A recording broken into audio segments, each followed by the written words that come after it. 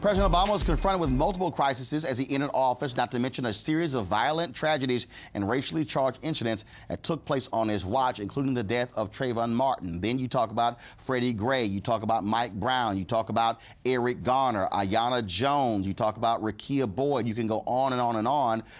This presidency will also be defined by the rise of Black Lives Matter. Let's go back to our panel on this. When you talk about criminal justice reform, look, Attorney General Eric Holder played a critical role, changing the rules when it came to prosecutions, saying, look, you're not going to get promoted, or your promotion is not going to be based upon how many more people you get put in jail for how long. That was critical. Then you talk about, again, with the president, Angela, you mentioned earlier, how he used commutations more than any other president. How do we assess this president's legacy when it comes to criminal justice reform and also dealing with police issues such as police brutality, and then weaving in Black Lives Matter? I mean, look, there was also an increase in consent decrees.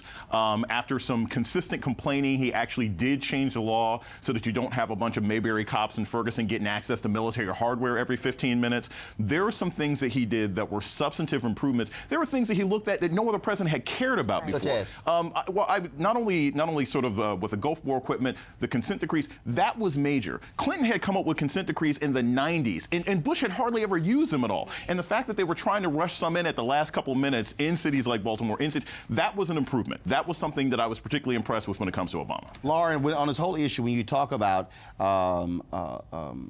what Greg mentioned earlier, the President Roosevelt comment to A. Philip Randolph, Philip, make me do it. You saw that even with Black Lives Matter. When he met with many of those leaders, they sat in the Oval Office and challenged this president.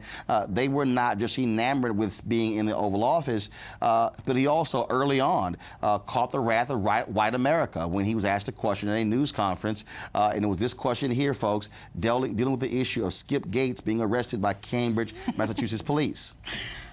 I don't know, not having been there and not seeing all the facts, what role race played in that. But I think it's fair to say, number one, any of us would be pretty angry. Number two, that the Cambridge police acted stupidly in arresting somebody when there was already proof that they were in their own home. So, Lauren, on that particular point there, that was an example of the president speaking honestly about race, about police issues, and white America. Oh my God, the backlash was real. Right. Yeah, obviously being the first black president of the United States, he's had to deal with these issues of trying to balance both sides for his entire presidency. I happen to think in the first few years he really sort of overcommitted to the side of trying to be too cautious. The Skip Gates thing was an unfortunate example of that. But he got better as he went along. Unfortunately, it shouldn't have taken, 9 people getting murdered in South Carolina for that to get better. Because there's some obvious statements of fact that needed to happen, but it was good to see the advocacy, the acceptance of the young advocates into the White House. That had not happened before. I think the White House should be commended for having them in because, usually it's the same, they were sort of going through the motions in the first 3 years. They would have Sharpton, Morial, and Ben Jealous, and okay, we'll have the black meeting, and then that was about it. And then they really did have some more acceptance of the younger leaders as they went on. Yeah. Angela, we also saw a significant change in the federal judiciary, and that is the appointments he made in terms of those judgeships, but he also got criticized when it came to the Supreme Court, not interviewing any black women. He made 3 appointments, 2 of them were actually confirmed. I was extremely critical here, saying appoint a black woman when Scalia died. I felt that could have put a level of pressure on the senators where they could have potentially even had the actual confirmation hearing. Putting up Merrick Garland did nothing. That also could have actually, and still in my opinion, fired up younger voters in anticipation of the election as well. And so when you also weave in that also is an important part of the legacy, the federal bench. No, there's no question about it. I think, again, this contrast is, I think it really does demonstrate the challenges that we experienced in both supporting and loving our president and cheering for him and also having to challenge him. So when I think about this Supreme Court moment, this is one of the most infuriating for me. I was devastated by that. I was frustrated by that. And black leadership, Angela, were way too silent and they acquiesced. I was more livid with black leadership and civil rights organizations than I was with the president, because if we do have an obligation to make him do it, you don't have an obligation to tweet support for Merrick Garland, whom many of us had never even heard of. Right. I think the bigger issue for me is you contrast that with where you started, Trayvon Martin, and him finally getting to the point where he goes to the Rose Garden and says, Trayvon Martin could have been me. Okay, let me give y'all some insight, okay, because this had not been revealed. That morning on the Time Journal Morning Show, we discussed it. Y'all might remember that weekend they had all of those candlelight vigils, and it was hoodie up on Sunday. I called the White House, and I talked to Valerie Jarrett, and I said, y'all about to get left behind.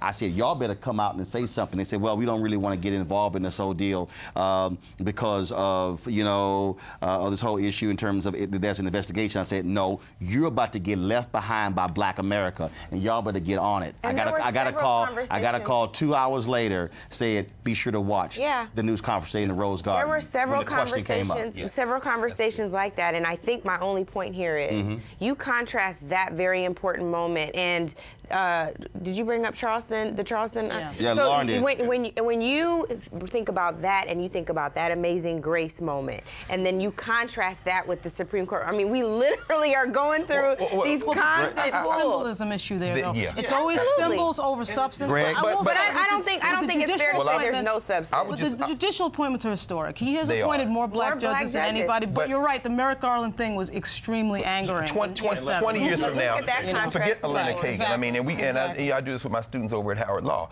20 years from now, we may be looking at Sonia Sotomayor as one of the most important things he did as it relates to the law. Depending on, because Sonia Sotomayor has not shrunk. In fact, the first place she visited after her appointment was Howard Law School, and she's been over there several times. She really is remarkable. And even though she speaks Spanish and from the Bronx, Boricua, that's about as close to a black woman as you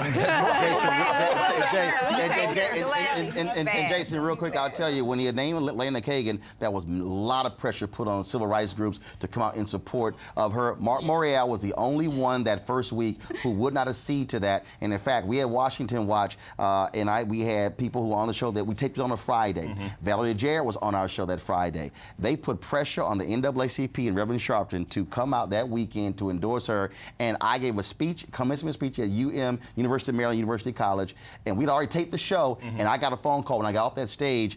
Hey, we just got the NAACP's endorsement in Sharpton. Can we somehow squeeze into the show? I mean, so that was one of those deals where black pressure, got to them, and they were scrambling to get black folks to line up behind Elena Kagan. Well, 30 seconds. Yeah, and it's questionable because Elena Kagan didn't have the greatest record of hiring or retention of black people in her position. But I think that's one of those things that the biggest complaint I've always had about Obama is power. He still left 100 judges on the table. There were recess appointments that he could have made. There was a recess appointment he could have made for the Supreme Court. He didn't do it. There was so much more he could have done in criminal justice. He got slapped back for the Supreme Court on the previous on National Labor Board. But that went to the Supreme Court. He could have done it. They said he overreached on that, and so there was some hesitancy. Yeah, he could have done it, and he could have forced the issue. But there was some hesitancy there because he'd already done that once. Exactly. All right, folks, hold tight 1 second. We come